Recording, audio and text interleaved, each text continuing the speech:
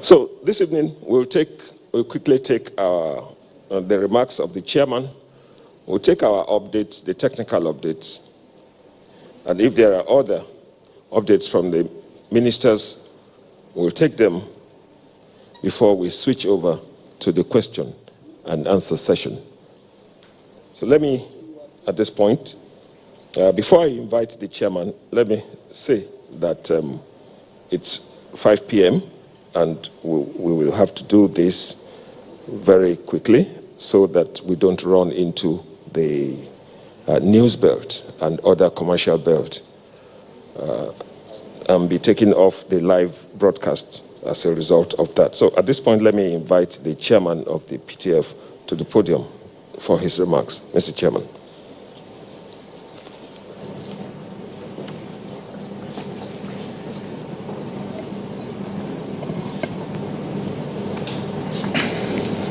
Honorable Ministers, members of the Presidential Task Force, distinguished ladies and gentlemen of the press, I welcome you all to the national briefing by the Presidential Task Force on COVID-19 for Monday, 21st of September 2020. Today marks our first briefing session since the commencement of the extension of the mandate of the Presidential Task Force till the end of December 2020. As expected, we continue to conduct measured assessment of our national response to enable us as a nation learn lessons and adopt new strategies where necessary. We also continue to draw lessons from other nations and continents of the world. The Presidential Task Force has often repeated that being a new virus, the world and our scientists continue to learn more about it daily. Over the last 1 week, the scientific community have tried to explain some new manifestation of its spread, and we continue to observe a reversal of gains in the battle, mostly in countries around Europe, which has prompted the World Health Organization to express some concerns due to the fact that weekly cases have now exceeded those reported in March 2020 when the pandemic peaked in Europe. Israel has reintroduced a 3-week lockdown. The United Kingdom is considering another lockdown phase. Spain is enforcing a partial lockdown in Madrid, and France, amidst protests by its citizens, they have also introduced stricter measures to contain the virus. Similar stories are coming from South Korea, Iran, and the numbers of fatalities is approaching 200,000 in the United States of America.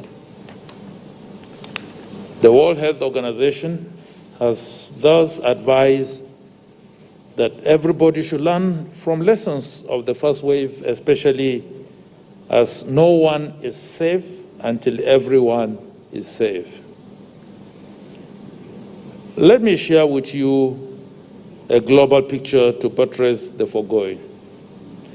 Over the last 3 days, the global cases passed the 31 million mark, and it took only 4 days to get there from the 30 million.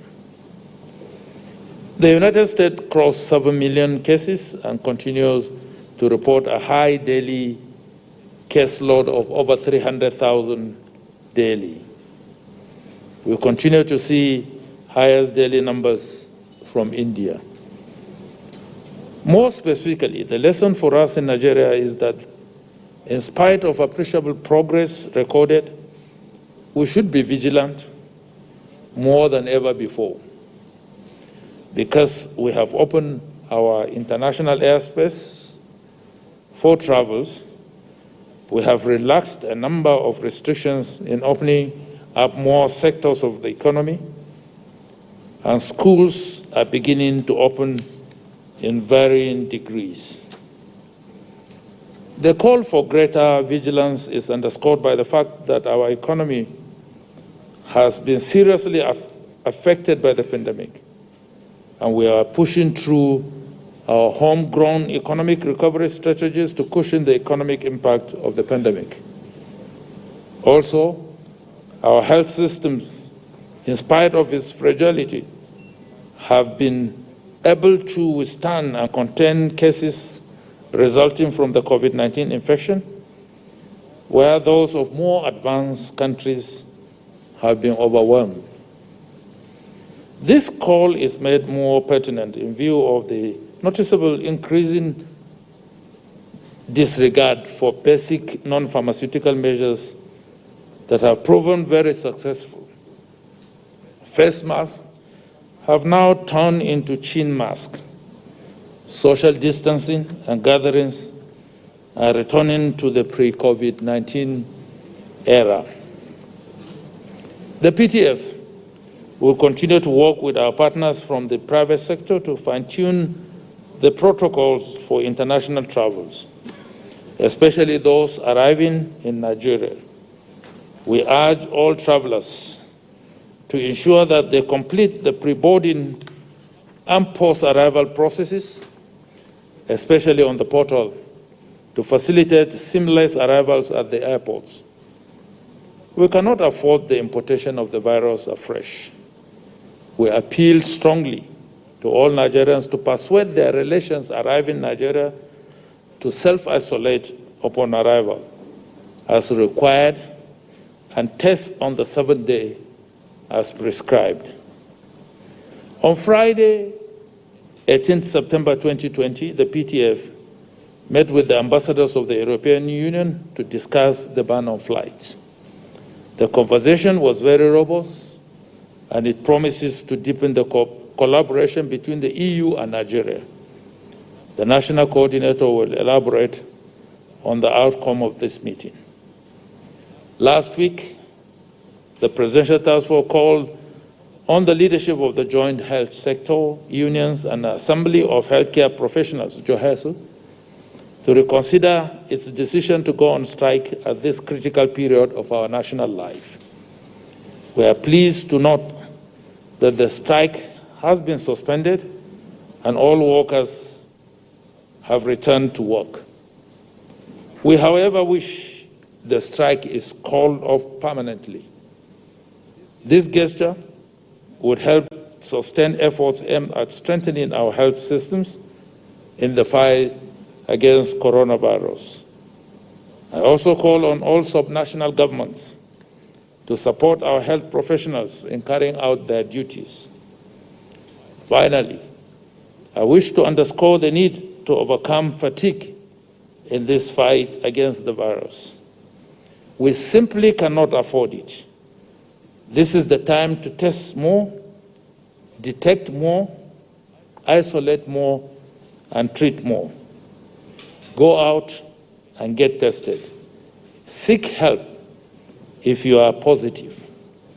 Persuade your friends and relations that have just arrived in Nigeria, especially from high-burden countries, to self-isolate and get tested on the 7th-day post-arrival. As we commence the activities marking 60th independence anniversary of our nation, the Presidential Task Force is ramping up the risk communication and community engagement. Testing will be escalated under a National Testing Week program with the which the national coordinator or the DG of the Nigerian Center for Disease Control would elaborate further on. At this point, I now call on the Honorable Minister of Health, the DG, Nigeria Center for Disease Control, and the National Coordinator to provide us with updates, and thereafter some ministers will speak on the subject matter. I thank you all for your kind attention, and have a very good evening.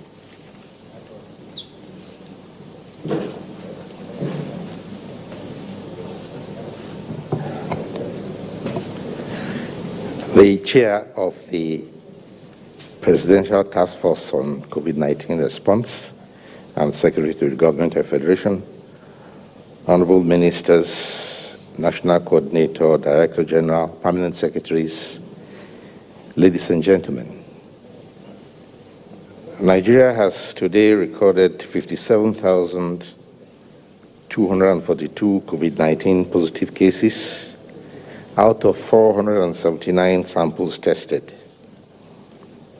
Patients treated and discharged from hospital are 48,569, while 1,098 citizens have sadly been lost to the disease. The daily figures of the past few days seem to show a downward trend compared to figures from before in the numbers of COVID-19 positive cases, as well as the fatalities. But we cannot afford to rejoice or speak of success for many reasons.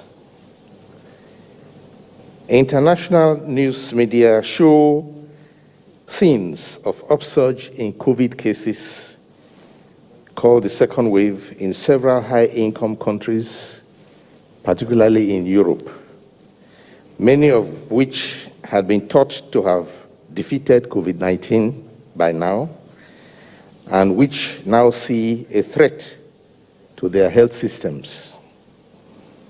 This is a situation we must endeavor to avoid, and for that, we must take all steps necessary.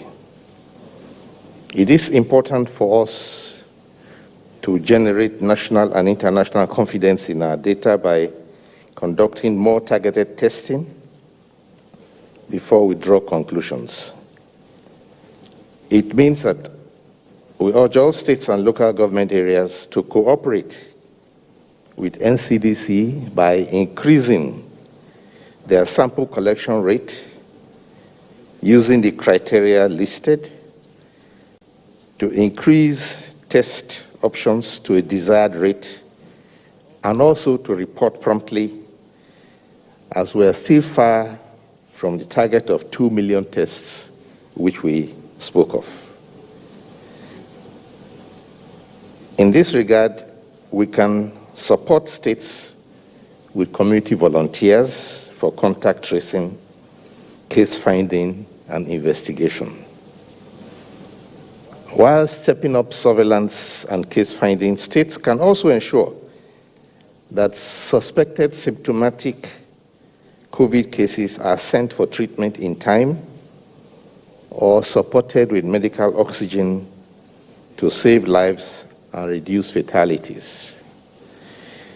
The criteria I mentioned, which are recommended for testing, are persons who have been in contact with a known COVID positive patient or person, or people who are associated with a cluster of persons of interest in COVID tracking, or those who have any of the 4 classical symptoms of fever, breathlessness, persistent cough, loss of sense of taste or smell.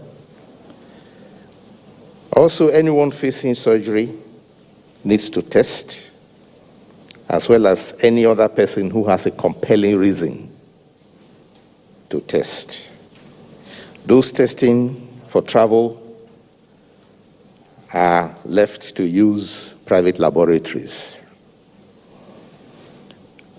The distribution of oxygen concentrators and ventilators by the Federal Ministry of Health to various health institutions has begun, with training of about 176 intensive care specialists who will use, or also biomedical engineers who maintain this equipment in the hospitals. The ventilators are courtesy of the United States government, and they shall complement what we have in our ICU. With regard to COVID-19 and the growing complacency in our country, it is important to stress that even though adults, especially the vulnerable with other comorbidities, and persons 60 years old and above are the most vulnerable, complications can occur in all age groups, and there have been fatalities even of children. Records show that 10% of all the positive cases we have treated so far are under the age of 19 years. But many of these are also the very mobile group that are without symptoms, and they can therefore easily spread the illness even without knowing it. Therefore, as schools begin to reopen in some parts of the country, I want to urge caution and adherence with protocols and advisories for reopening schools as circulated by the Ministry of Education, so that you can help us to prevent any COVID surge that may be associated with opening schools. I shall end by commending fellow health workers in Joesu for putting an end to their industrial action. It is my desire to work with them to resolve issues of concern so that they do not need to resort to that step anymore. I also remind everybody that COVID is with us for the foreseeable future, as has been stated by the Director General of the World Health Organization, with no definitive cure in sight. People are still being infected as we speak. People are still dying from it as we speak. Some countries are in fact imposing or considering new lockdown or other restrictions because of the new wave they are experiencing. As for us, as we reopen our economy, it is time for us to take all the preventive measures we can and take them more seriously than before. I have directed that all our hospitals be on the alert and watch for unusual increase or occurrence of unexplained deaths or people presenting in increased numbers at our emergency room or reporting at the hospital with any COVID evocative symptoms. We all must take responsibility for each other by doing the very simple things. Just wear a mask. It has been proven, without any question, to be very helpful in preventing the spread of infection, especially when you are in a public place, and also to ensure physical distancing and a basic respiratory hygiene. Those who have vulnerabilities, diabetes, hypertension, etc., are particularly advised to heed this injunction, and also to report immediately without asking questions to a treatment center if they feel any COVID evocative symptoms. Thank you for your attention.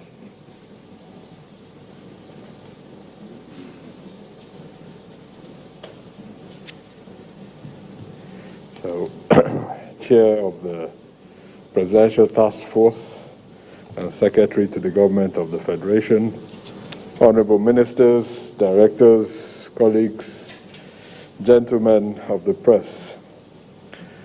I'm sorry to disappoint you this afternoon, that you have to settle for me giving the updates, and not the excellent Mrs. Ilori, who has been doing such an excellent job over the last few weeks. Indeed, at NCDC, we're fortunate to have a number of excellent female colleagues leading various aspects of the response. The National Reference Lab is led by a woman.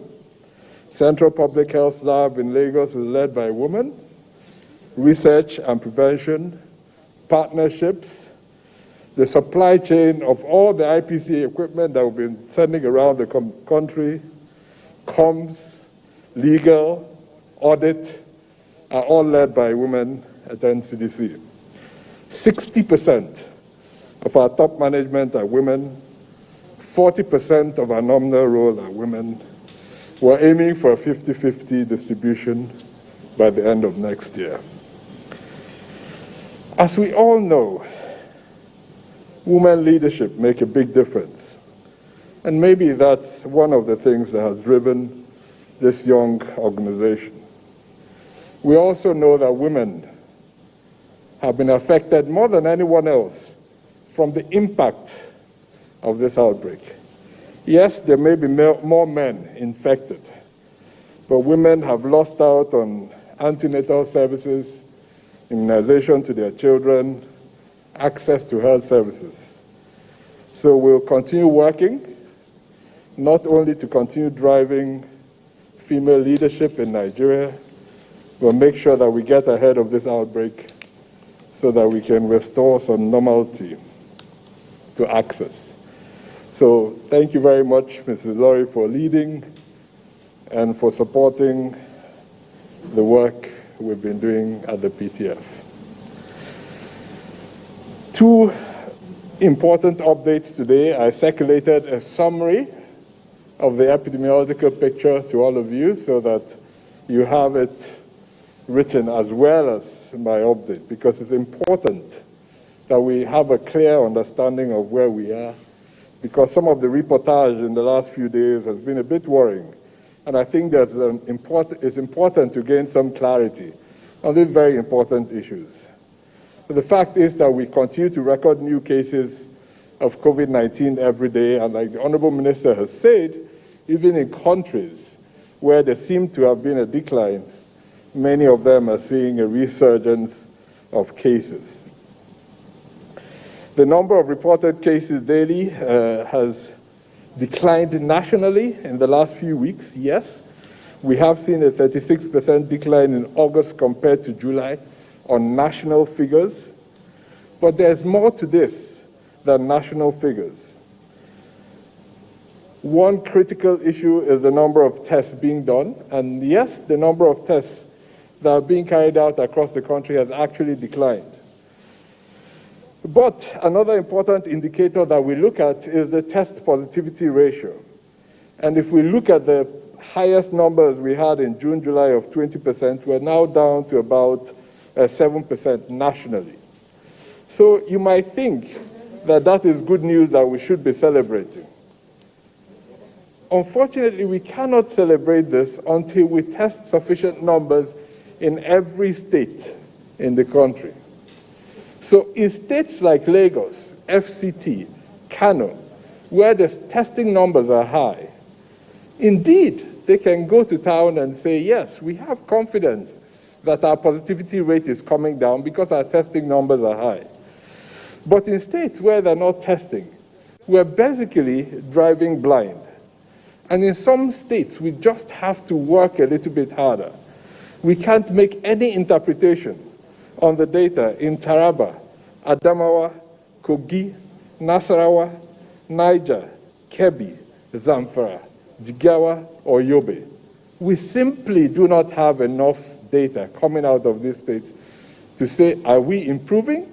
Are we not improving? Where are we? So we have to work together. So in summary, it's way too early to make any interpretations of whether we are flattening the curve or not. Some interpretation can be made in Lagos, in FCT, because they're testing enough to know where they are. But we can't do this on a national level. And that's why it's so important that we keep pushing this work across the country. Yes, we report the figures on a national basis, but in reality, the drivers of this epidemic are different across the country. So we have to really have a subnational understanding of what is going on. And in order to develop clarity, we are today announcing the first large seroprevalence study in Nigeria for COVID-19. In order to gain a better understanding of transmission in Nigeria, the NCDC, in collaboration with the Nigerian Institute for Medical Research in Lagos and our partners, are conducting household surveys in 4 states in Nigeria to start with. We hope to increase the sample size over the next few months as we gain some better understanding. The 4 states that we're starting with are Gombe, Enugu, Nasarawa, and Lagos. We're starting the survey in these 4 states. You have a press release in your packs. They will be in your email addresses at the end of this press conference as well. Seroprevalence surveys are really what are used to identify the occurrence, the burden of disease in populations. They estimate the presence of antibodies. So blood samples will be collected from individuals that are randomly selected, who their households are randomly selected, and then tested for antibodies, and we'll use this to understand how much of the infection we have missed from our just normal PCR testing.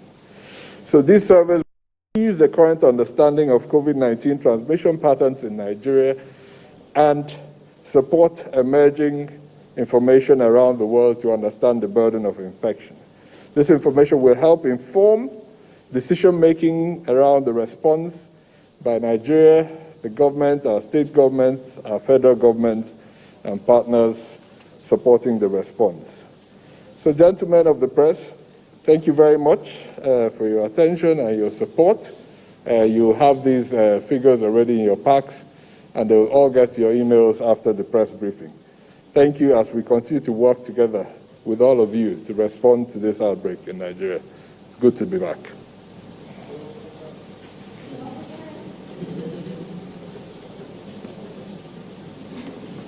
The chairman of the Presidential Task Force, our honorable ministers, members of the PTF, gentlemen of the press, good evening. So at the risk of sounding like a broken record, I'm going to talk about testing again, just like the honorable minister and the DG and CDC have prior to me. The PTF remains seriously concerned about the current low testing rates we have in the country. Nigerians are not getting tested for COVID-19. But we must test to track in order to slow the spread of the virus even further and to stop any more preventable COVID-related deaths. People all over the world are experiencing COVID fatigue. We're all tired. This has been going on for 7 months now in the country and almost 10 months globally since December. But unfortunately, while we are getting tired, the virus does not tire. It doesn't realize that we are getting tired. In fact, to the virus, this is an opportunity to spread. Therefore, we must sustain our approach because of the impact the virus has not only on our lives, but also on our livelihood. So for clarity, we are not convinced that we are flattening the curve. We can only be convinced, we can only confirm this, we can only know where we are with infection rates with aggressive testing. Currently we are conducting, yesterday I believe we tested about 1,200 plus samples, even though usually on weekends we tend to have low rates any day, anyway. But this is still quite low, well below our target. Our capacity as a country for testing is just above 10,000 tests per day. So you can see that this is clearly insufficient. We all have a responsibility to avoid a second wave of the virus, just like we're seeing in other parts of the world now. An increase in cases could result in additional restrictions. It could drag us back to where we were before, and this would have an adverse impact on our economy. We must therefore avoid a similar situation happening here. From our weekly polling, we understand that many people do not test for COVID for a variety of reasons. This might range from not knowing where to conduct a COVID test, being one of the primary reasons, to hesitation, to a fear, to the issue of stigma, and to the issue of shame with a positive result. Nigerians are just not confident of having a COVID test. But there's nothing to fear with a COVID test. If you know your result, you'll be in a better position to get yourself treatment and in a better position to protect yourself and your family, and as well as your loved ones.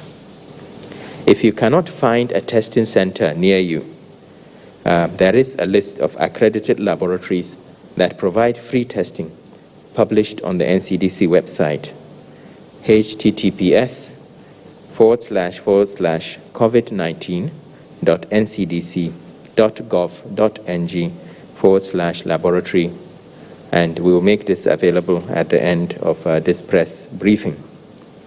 And just to re-emphasize, COVID tests in Nigeria are free unless you are testing for the purpose of travel. But they are free. No public laboratory is allowed to charge for testing at the moment. Private laboratories can charge you for testing if they are operating outside a state government arrangement. But if you need tests for COVID, you do not need to pay for it. You can go to any of the NCDC accredited public laboratories or the state laboratories and get tested for free. It's only if you are traveling, if it's a travel-related testing, in which case we would expect you to pay, and these charges only apply to private laboratories. At the moment, we are not allowing any public laboratory to charge for testing, whether it is related to travel or not. So we must get a test in the following circumstances, which the Honorable Minister of Health has already defined. This includes if you have symptoms, cough, fever, or difficulty in breathing. Any of those symptoms, you should really get tested. If you come in contact with a positive person, if you are arriving from abroad into Nigeria, and you must also consider testing where you have concerns, particularly if you fall within a vulnerable group, such as above the age of 60, or have a pre-existing medical condition, or you're looking after a very vulnerable person, and you have exposed yourself. Less than 50% of Nigerians have said that they will get tested if they were exposed to coronavirus. This, of course, is a very worrying number to us, because it suggests that there might be a large number of people who may be positive without knowing it. If you believe that you cannot afford to pay for the test, please note that there are 69 laboratories certified by the NCDC throughout the country, and all of these provide free tests. We have released money to the state governments recently, to 32 state governments. Each state government was given ₦1 billion. This is for the purpose of driving their COVID responses. And we are asking them to please prioritize testing in addition to surveillance activities linked to COVID-19.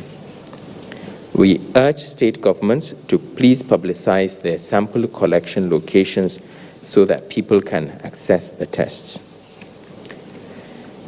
Lastly, if your friends, family, or colleagues have a pre-existing condition, they are vulnerable and at a greater risk. It's important that people within the vulnerable groups realize that at this point in time, more than at any other time during the epidemic, they are most at risk of catching COVID. Even though the number of cases are going down, but compliance with non-pharmaceutical interventions is quite low, and therefore the risk of transmission to vulnerable people as we all come out is very high. They need, if you fall within the vulnerable group, you need to protect yourself. Just because the epidemic, the numbers are going down, doesn't mean that the virus is any less virulent. For those who test positive, our message is there is no shame in a positive result. And this also applies to state governments that at the moment are not testing enough. Those silent states mentioned by the DG and CDC. We should consider it a civic duty to inform those that we have been in contact with if we happen to have COVID, and urge them to also get tested. Regrettably, over 1,000 Nigerians have died as a result of the coronavirus. Some of us have had personal losses, and the pain of this loss remains, as they are survived by family and friends. To all of us who have lost a loved one to this disease, we urge you to please educate those around you. Test to protect yourself. Test to protect your loved ones. Thank you.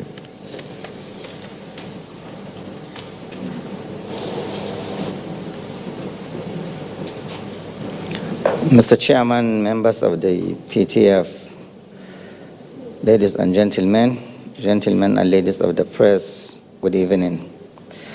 From the Federal Ministry of Environment, we will be bringing you up to speed on some of our planned activities that will be in the subsequent briefings.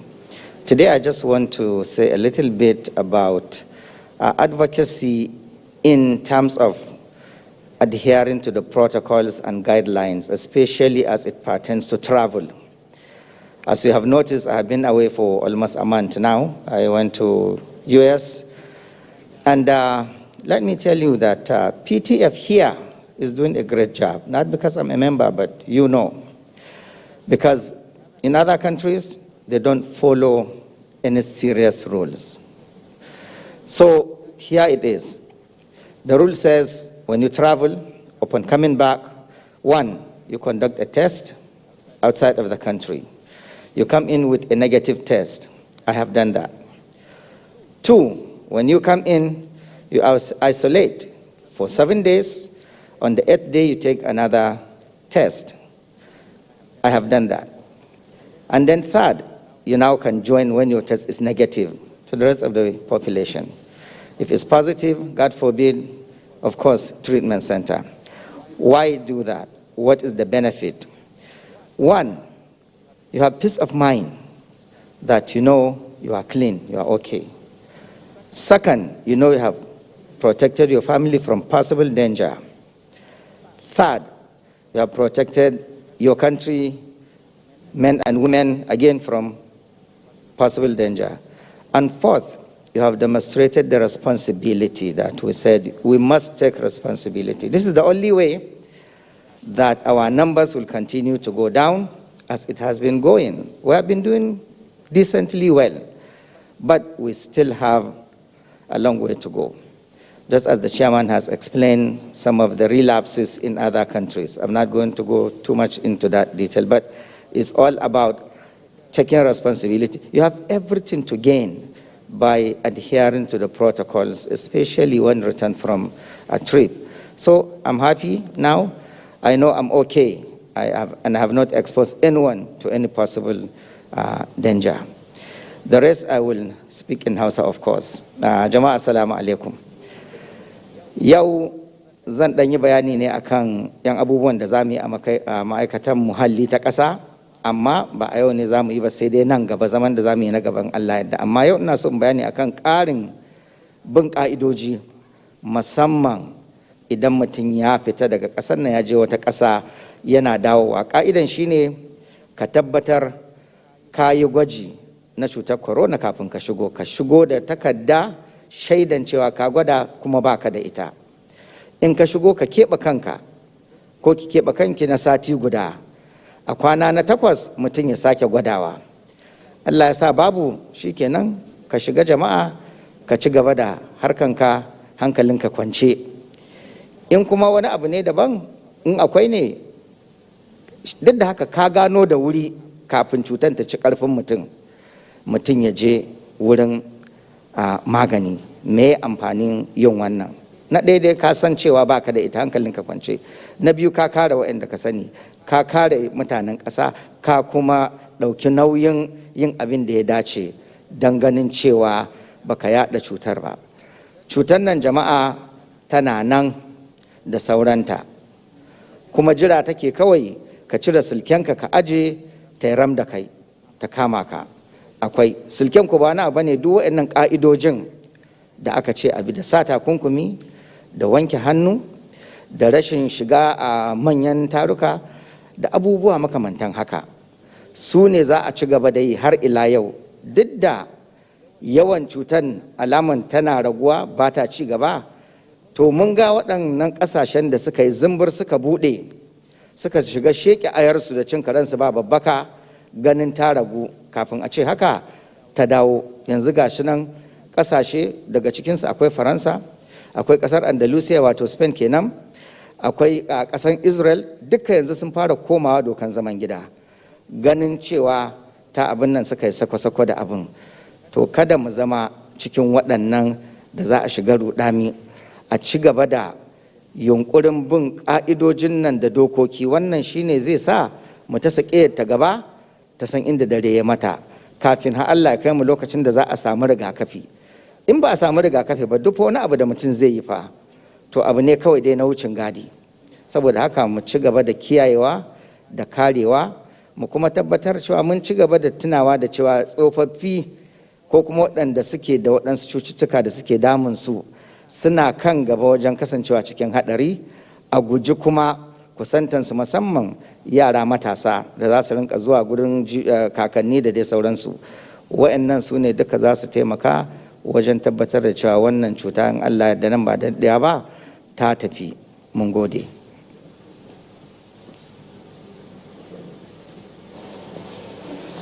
Thank you, Honorable Minister of Environment. We have finished the updates. We will now switch to the question and answer session. Are we ready with your questions? Yes. Okay.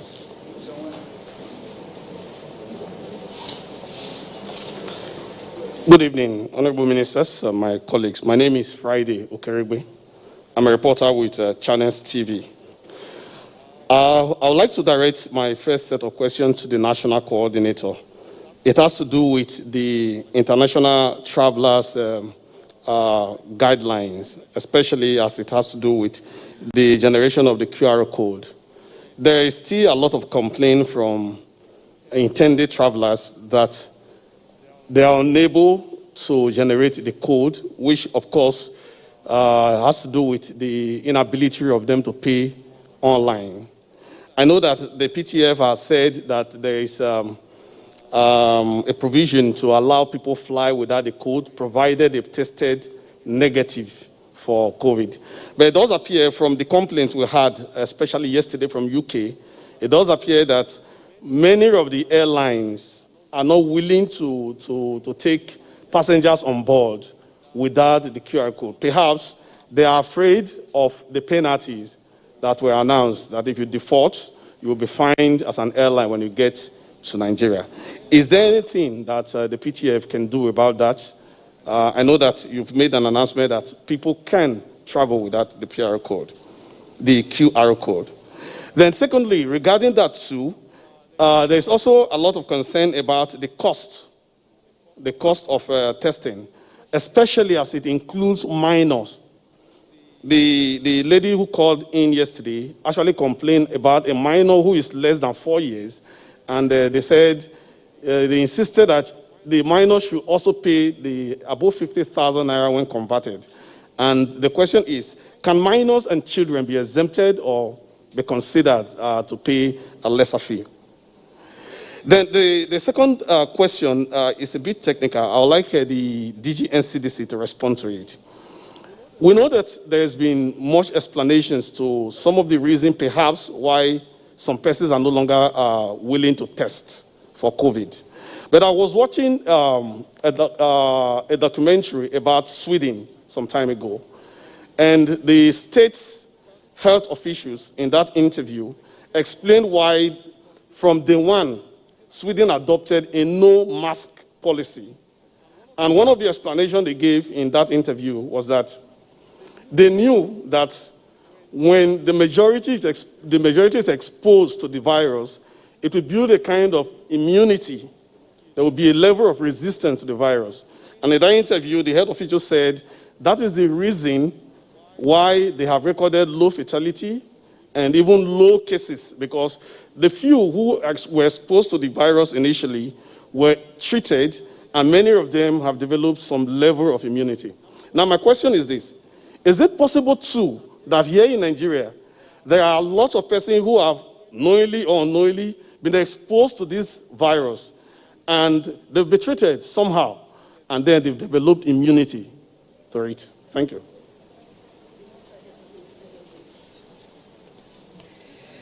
Good evening, Rachel Abuja from the News Agency of Nigeria. And my first question is for the WHO rep. So I would like to know, or Nigerians would like to know, what is WHO's opinion on time-saving testing method known as pooled testing, which is involved in combining small amounts of all swab in a batch into a single test tube. My next question is for the coordinator, sir. Sir, from a public health approach, how can Nigerians get prepared for the post-pandemic mental health crisis? And welcome back, the NCDC coordinator.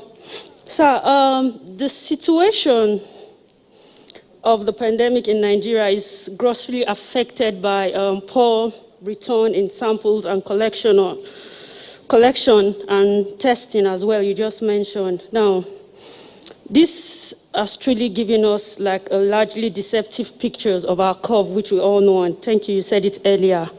Now, what parametric step is being taken to work with those states being mentioned, and what should Nigeria be expecting from that? Now, to the SDF, sir. In July, you were with Khan, so to say, and you actually explained what COVID-19 was, and you took your time to explain further the need for everybody while going to church, mosques, and all to wear face masks. Now, for my investigation, a lot of religious institutions don't enforce that anymore. I would like to know, and which we all know there is a potential crisis at hand, what will you be doing differently this time? Do you still have your relationship with, or your partnership with the religious leaders, or will you be calling them back? Thank you very much.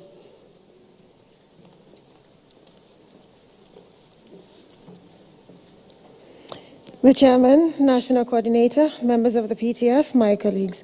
My name is Amaka Ode. I report for Arise News, and welcome back, DG NCDC. And my first question actually is for you, and it has to do with the people who are isolating at home after testing positive for COVID. Are they mandated to have a test done after the recovery? We need that clarification from you. And also, I know that your agency has actually released some sort of statement as it concerns what the Honorable Minister of Information has on his outfit, the air doctor.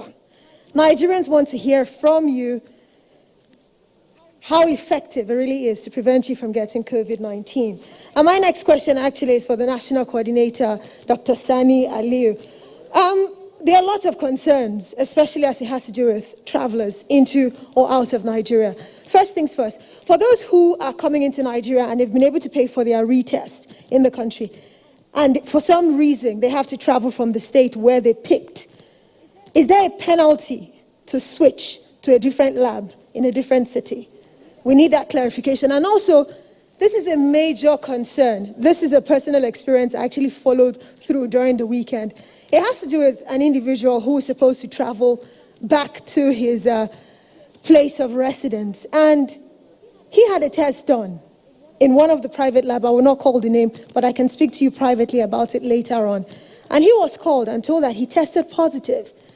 But if he wants to give them some money, they can switch it. And this is an individual who eventually, I encouraged him to go through our public labs.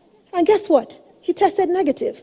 So my question to you right now is, can he use that negative result from the government facility to travel, especially since they had already paid to that private lab. So we need that clarification from you. And to the SGF, sir, we keep talking about testing going down and the fatigue. States are not testing, but my concern is still Kogi State.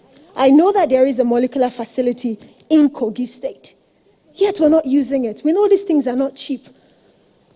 Your position as the chairman of the PTF, as well as the secretary to the government of the Federation, what are you going to do differently to really help encourage it? The DG has set up the molecular laboratory, but the governor is not testing. But we need to do this test to know what we're really dealing with in the country. Those are my questions. Thank you.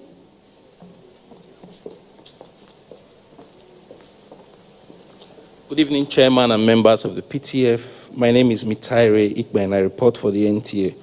My first question is to the Minister of Health or the DG of the NCDC.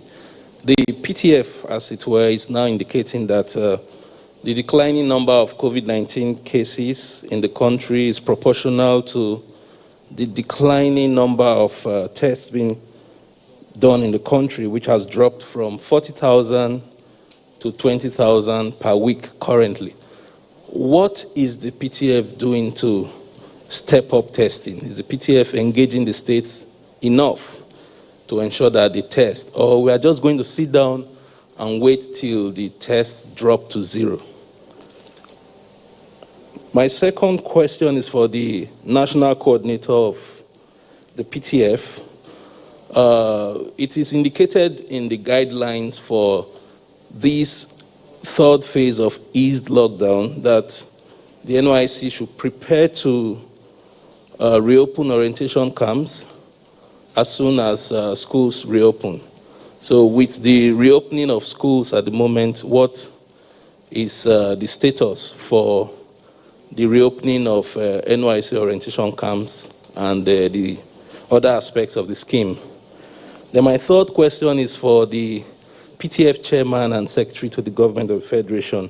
A lot of recruitment exercises, several recruitment exercises were stalled prior to the lockdown and as a result of the lockdown. What is the plan of government to continue with those recruitment exercises, as a lot of young Nigerians are waiting to know? Thank you very much.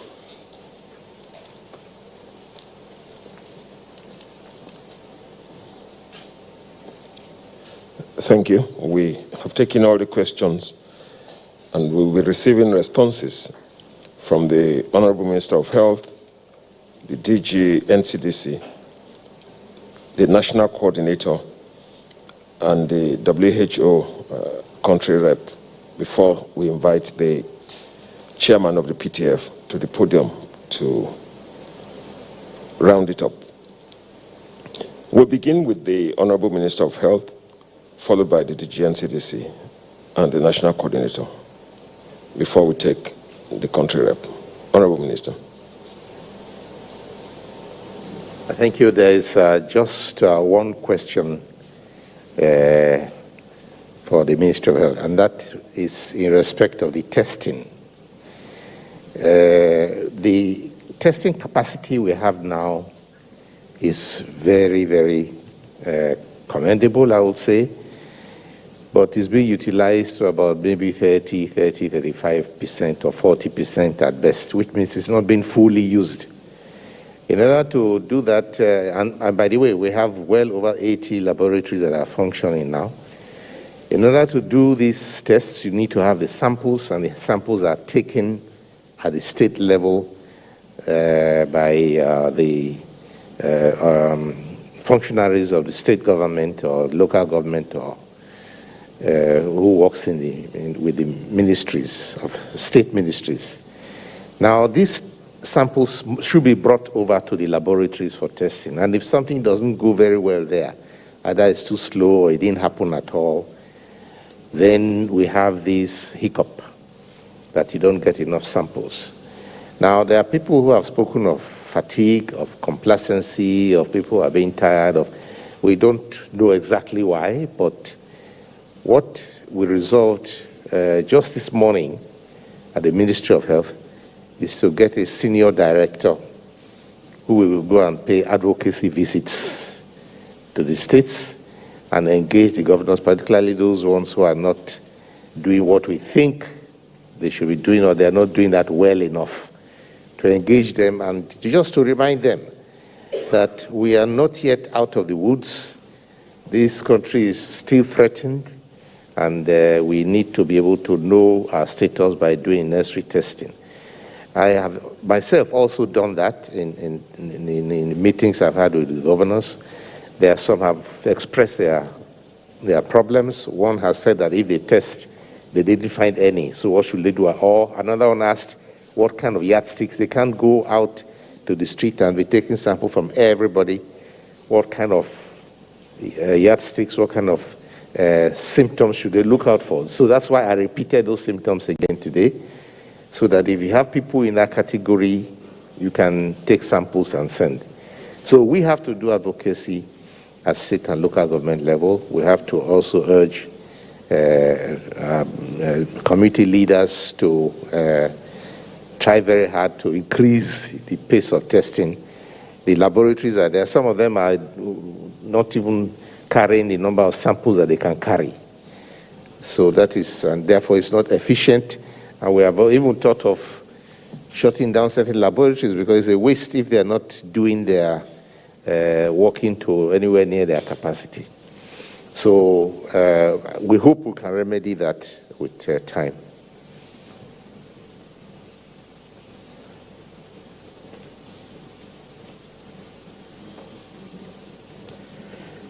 So thank you, gentlemen of the press. It's almost like we never left. The questions are very similar, but the issues are still similar. On Sweden, Friday, I think we've gone over this quite a bit.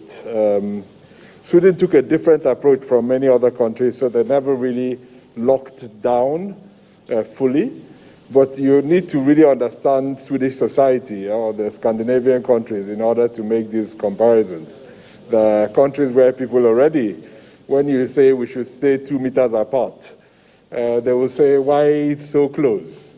Right? These are countries where people are apart anyway, most of the time. But having said that, the numbers from Sweden are actually nothing to be proud of. Their numbers in comparison to other European countries are actually not too comfortable. They have had worse numbers than many other countries in Europe or around them. So, you know, the whole thing about herd immunity, i.e. allowing people to get infected, no country will resort to herd immunity as a strategy. It's something that happens if it does happen, but the consequences of having that type of strategy means that you're going to say it is okay for certain people to die. And it's not something we can do. So it is a conversation that will continue to happen. Our Sero survey will start telling us about the amount of infection in Nigeria, from which we can start drawing some conclusions over the next few weeks and months. But we'll continue looking at this. Someone that was looking at these various countries said, in between, right now it's a very difficult time to say which country has done better than the other. We need to look at the outbreak in about a year's time to define which countries have really done better with their control strategies. And at that time, we may not be putting Sweden as high up as we have at the moment. Rachel, you said something about the point you're making about sample collection and testing, and if it's giving a deceptive picture. I wouldn't say deceptive. I would say that the picture is different in different parts of the country. So I think in Lagos, I'm fairly confident about the numbers in Lagos because they've been testing consistently high numbers of people throughout the period, even up till yesterday. So the numbers from Lagos are consistently high. So if you test high numbers and you see your positivity reducing, then you're confident that the results represent the reality in your state. And it's in the same in some other states. But the other states, they're simply not doing enough. So when we report these numbers as a national figure, I want us to always remember that It's not one collective box. These are really small boxes linked together in a country, and each box represents a state. So we really have to look at what is happening in each of those states. Unfortunately, these platforms are not appropriate for us to start giving data for each of our 36 plus 1 states separately. But if you want to do any in-depth analysis, it's better to look at it at the state level. And if we look at it at state level, I'll say, listen, I'm fairly confident of what is going on in Lagos, FCT, probably Kano, and a few other states. Having said that, it doesn't mean that they should let down their guards completely. In fact, with schools opening, airports opening, we have to increase our level of attention, because inevitably there will be more transmission as schools open, because you bring people together. So it's how are we able to mitigate the impact of that moving forward, given that we have learned so much about this virus over the last few months. Amaka, I think you asked about the isolation at home. Whether you're isolated at home or in isolation centers, our policy is that after 14 days, if you're asymptomatic, or after treatment and 3 days of being asymptomatic, when you recover, you can be discharged. You shouldn't be tested again. It's a waste of tests, actually, because it is not required. We now know that 14 days after your infection, even if you find fragments of a virus, you're not infectious. I know some people find it difficult to understand and implement, but that is really what the science shows, and there's no ambiguity about it. It's not a Nigerian policy, this is a global policy, best practice around the world. Yes, we did release a statement about the air doctor tag, but if you read our statement carefully, we said if you want to wear the tag, we're not in the business of stopping people from wearing tags. Please wear your mask in addition to the task. And as you can see, the Honorable Minister for Information is dutifully wearing his mask. So we haven't found any extra benefit of the tag, but it doesn't cause anybody any harm. So our role is not to stop people from wearing what they want to wear, as long as they're carrying out what we do advise, which are to wear masks, to distance, to wash our hands, and to do all the other things. So thank you very much.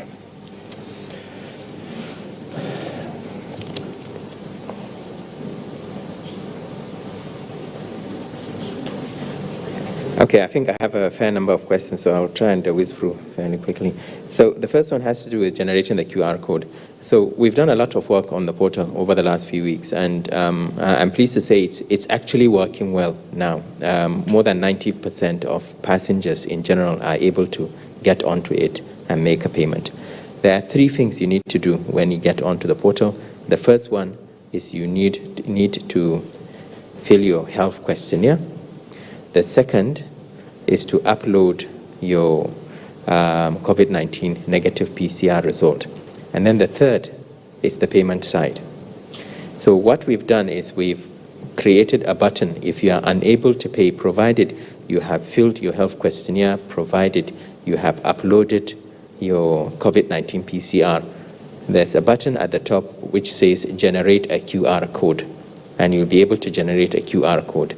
And that barcode will come with a statement saying you have not paid and tell you the repercussions if you haven't paid and you've boarded. You will still be allowed to board, because that QR code will say that you will be allowed to board. However, when you arrive in Nigeria, there will be a potential delay of 2 hours or more, because you haven't got all the paperwork you need to have to exit screening fairly quickly. And then secondly, you still have to pay. And that payment may be at the airport, or it may be at the banks, because eventually if you cannot pay at the airport, we're not going to detain you. No, we will allow you to go home, but we will still expect you to pay at the bank before day 7. So we've done that, and in fact we've issued an all operators letter through the DG NCAA, I believe over the weekend, and it says quite clearly that having a QR code is strongly recommended. However, it's not mandatory. It's strongly recommended, because the more people having the QR code, the faster it will be for us to clear people and avoid congestion at the airports. And we also need to stop this process of having paper when it comes to screening, etc. We need these forms to be available and filled electronically so that they can be saved and accessed easily. If we have a passenger with a positive COVID result, it would be much easier for us to go back into the system and have a look at the COVID PCR result that the passenger has uploaded before boarding to see whether does it look genuine, if there are issues with it, etc., rather than going into thousands and thousands of paperwork to try and find out which one belongs to the passenger. The cost of testing. So we've got exclusion groups. Minors below the age of 10 do not need to pay. They don't need to pay. So this issue of paying for a minor does not even arise.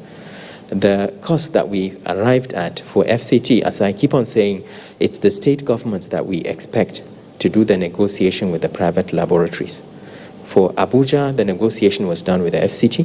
For Lagos, they already had a portal and they did negotiation with the laboratories. Lagos had 11 laboratories. Abuja, at the moment, we have 5 laboratories on the system now.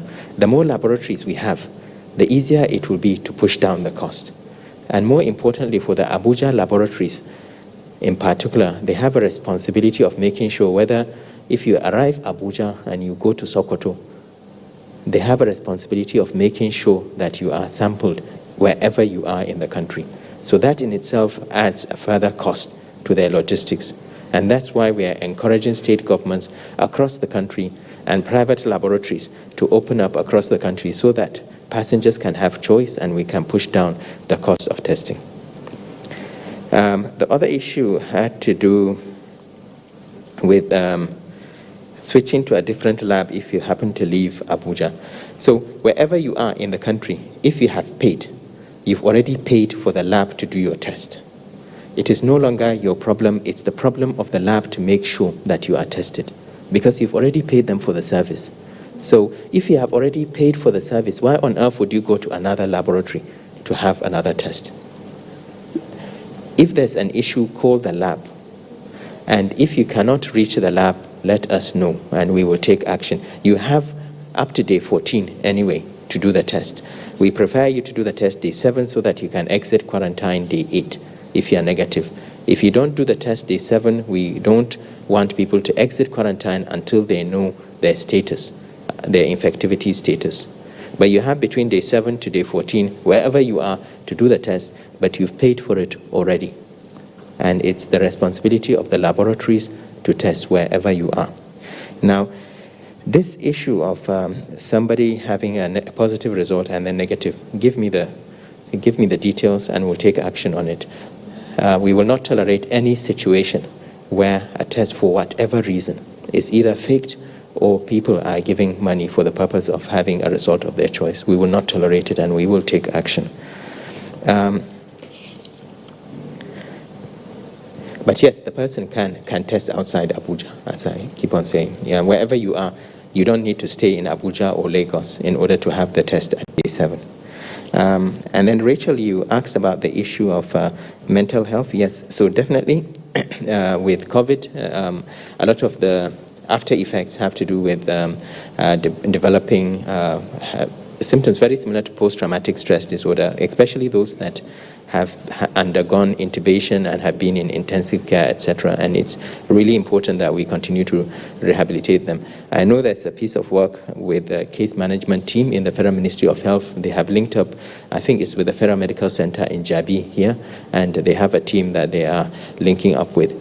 Whatever is the case, it's important that as we recover from COVID, we strengthen our health systems, whether this is going to be in mental health services or in any other part of the health sector. It's really important that we learn from COVID and make sure that we recover as quickly as possible.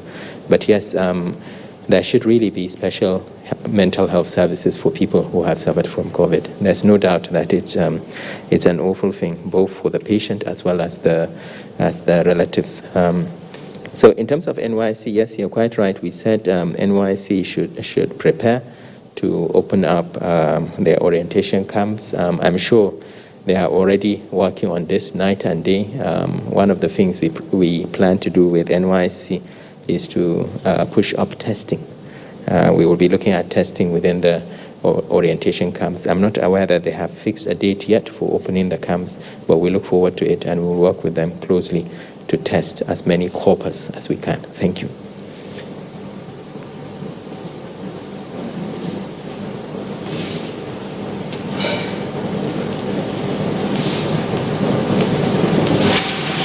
Question on pool testing.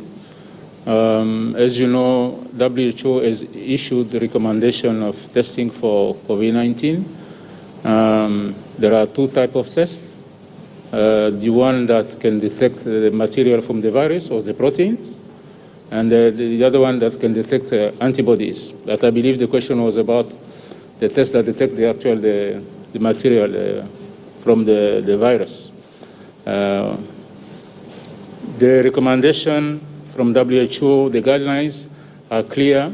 They are based on testing each individual to know whether he has been is harboring the virus through detection of genetic material from the virus.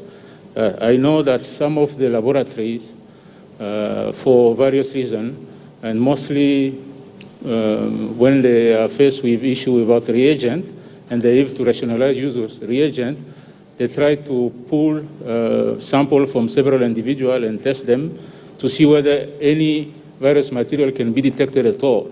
And based on that result, they will then process individually to know which one, from which individual those material come from.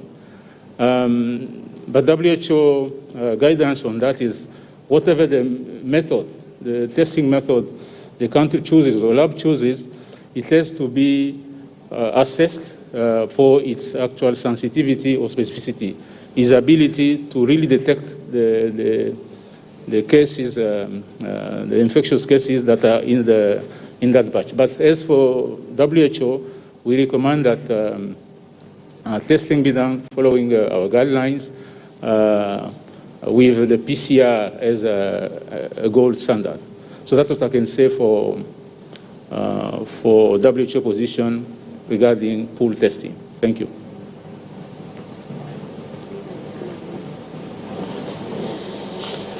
Okay, we've taken all the responses, and we will now invite the chairman of PTF to answer the questions directed at him and to round it up.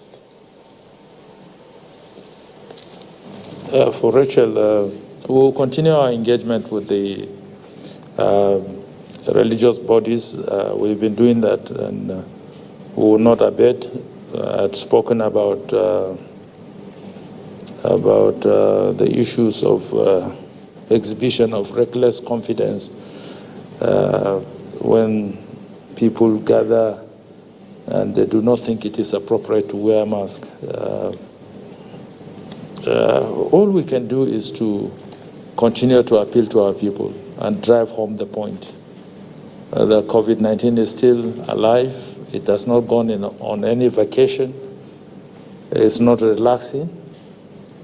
And in my statement this evening, I did mention that it just took 4 days for us to get from 30 million infections in the world to 31. Just 4 days. And these are people. They are not just statistics. So as much as we are not seeing the figures reflect in our country, it does not mean that infections are not going on. There are. People are dying on a daily basis from COVID-19. The high, the mighty, and the low are dying. So it's a very serious issue. And I keep saying this, that as we expect the vaccines to show up on the horizon, the only vaccine we have in our hands now, let's apply it. And the only vaccines we have are the non-pharmaceutical interventions. There's no cure. And the best we can do for our people and our country is to adhere to these non-pharmaceutical interventions that have been put in place. Wear your mask. Observe social distancing. Stay away from large crowds. And if you have no business, don't travel. That way you keep yourself safe. And by extension, keep your family and your loved ones and your entire community safe. So we'll continue to appeal to our people in places of worship to ensure that they insist on members of their congregation wearing masks, either in the mosque or in the churches. And we'll continue our engagement with our spiritual leaders and our traditional leaders, because we've ceded the risk communication to the communities now. We would oftentimes remind them at this level, but it is primarily the responsibilities of the subnational authorities and traditional institutions and religious leaders at our communities to drive home that point. Yes, Amaka, yes. I don't know what testing facility they have in Kogi. Either it's a molecular laboratory or the gene expert machines. Whatever it is, they are meant to conduct PCR tests. You have seen from the statistics that are coming out on a daily basis. Probably yesterday, there are only 12 states, Chukwe, I stand to be corrected. There are only 12 states that reported. We don't have 12 states in Nigeria, we have 36 states plus the Federal Capital Territory. So you can see that we're under testing. There's no doubt about it. If only 12 states are reporting, we'll continue to appeal to the subnationals because it is their primary responsibility to provide for the welfare and the care for their people. And this is part of it.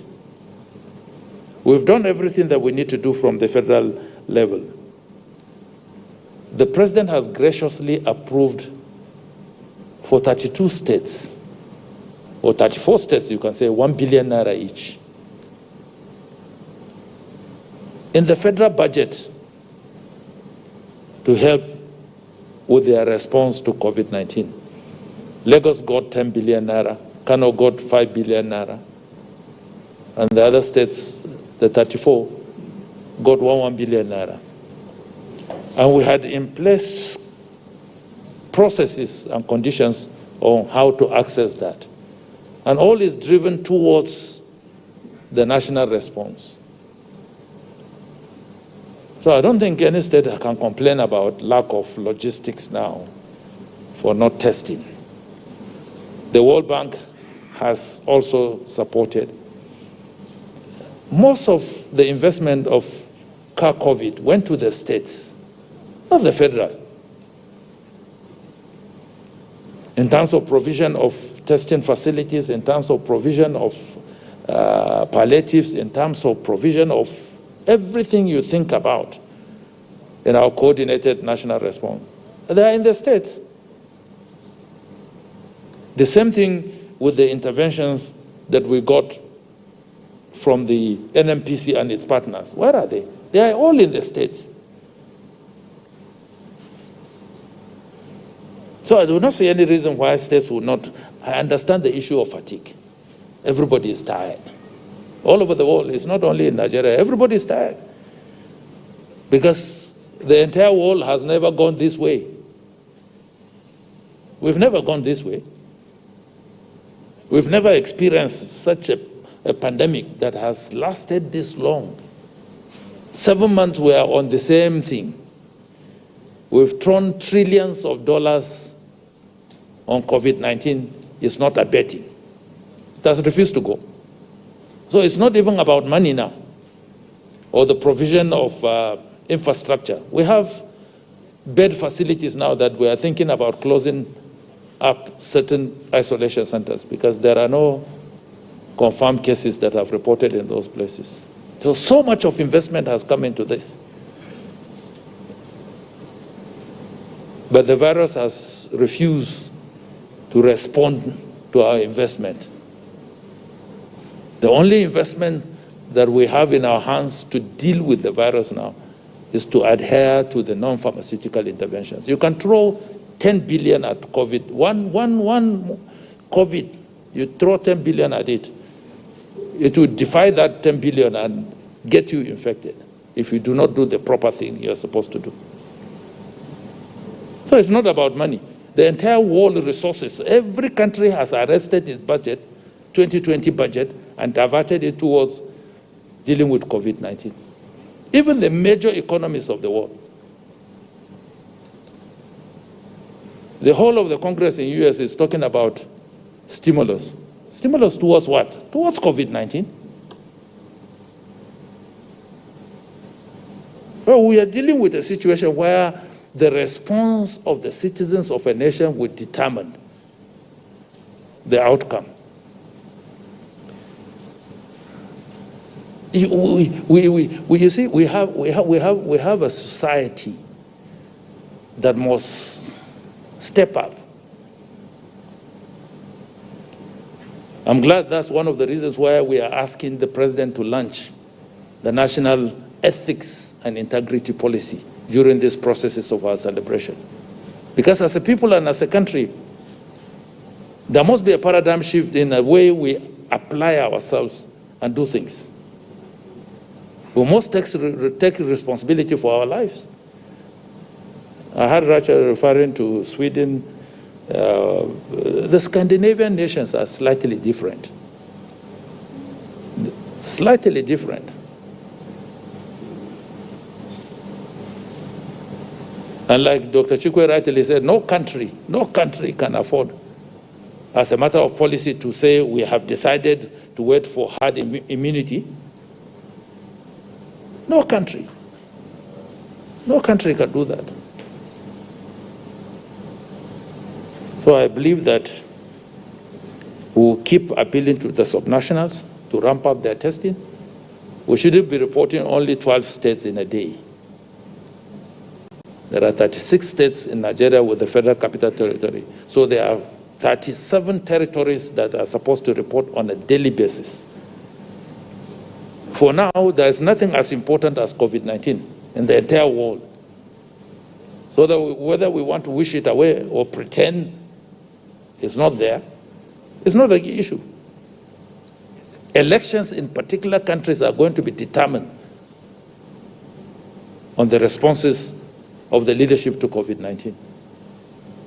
So it's not a small joking matter, it's a very, very serious matter. And I believe that our leadership at the subnationals would get more responsive to these matters. Mitare, you asked about recruitment exercises being stalled. Recruitment exercises have guidelines, and there are processes of approvals at different levels. An agency can decide to embark on a recruitment exercise. It has to seek for validation of those processes from different organizations. One of it is even the Federal Character Commission. Before you recruit as an agency of government, they want to know whether there is equity in the processes that you are putting in place. And all parts of the Federation will be represented in the course of that recruitment exercise. So because of COVID-19, everything has been juggled. Even the staffing in those organizations to be able to undertake this exercise, we're still at level 12 and above. So there are a lot of constraints that have accounted for why recruitment exercises have been slowed down. Issues of proper processes and manpower, I believe, is affecting that exercise. Well, the truth about it is that we've gotten to a point where, as a nation and as a people, we have to be extra vigilant. Why? because we can see what is happening in other climes, in other jurisdictions. Some countries that we thought had dealt effectively with COVID-19, they are beginning to witness a resurge. Nobody can explain it. They have been regimental even in the enforcement of the non-pharmaceutical measures and closing down of their borders. Some of them are total islands that for a very long time have not allowed people coming into their countries. So, as we are opening up our international airspace, we are receiving deportees.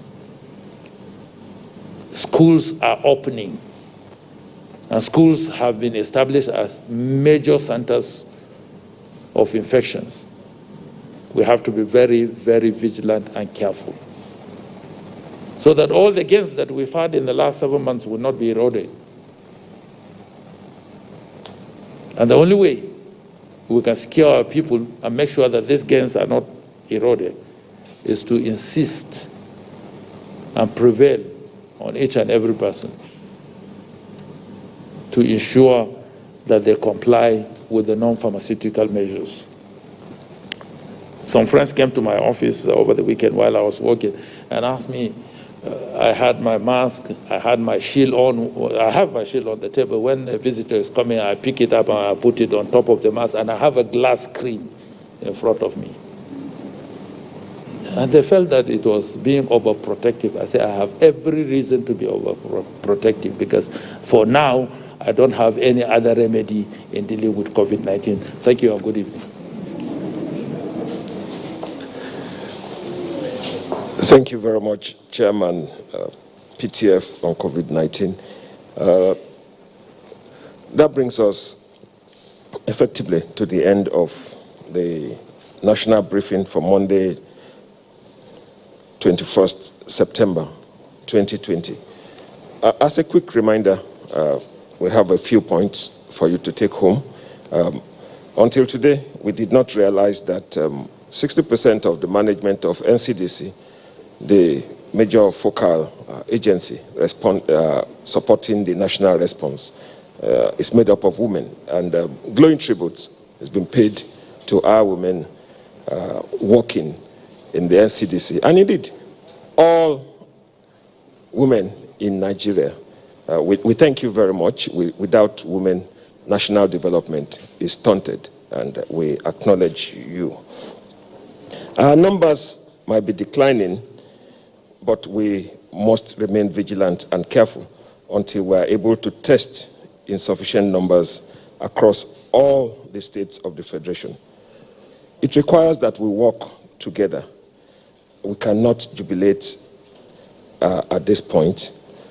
Our response, the response of all our citizens, remain very critical, and we must step up our testing.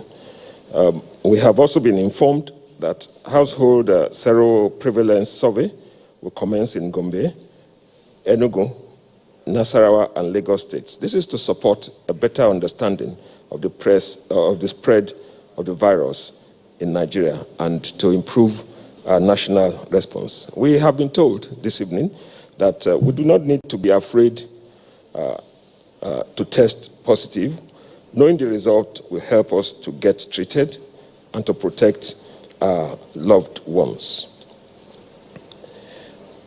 We also appealed to subnationals to prioritize testing, because that is the only way to address this pandemic. For those that are traveling, we have been told that if you are unable to generate your PR code, you will still be allowed to board, but you should be prepared for some delay at the airport, because the PR code and the printout will facilitate seamless movement at the airport, but you will not be detained at the airport in Nigeria. For minors, please, all Nigerians should note that minors below the age of 10 do not need to pay for tests. For mental health, we have been informed that special attention is being paid to mental health of patients, their relations, and medical workers. I want to thank you. God bless Nigeria.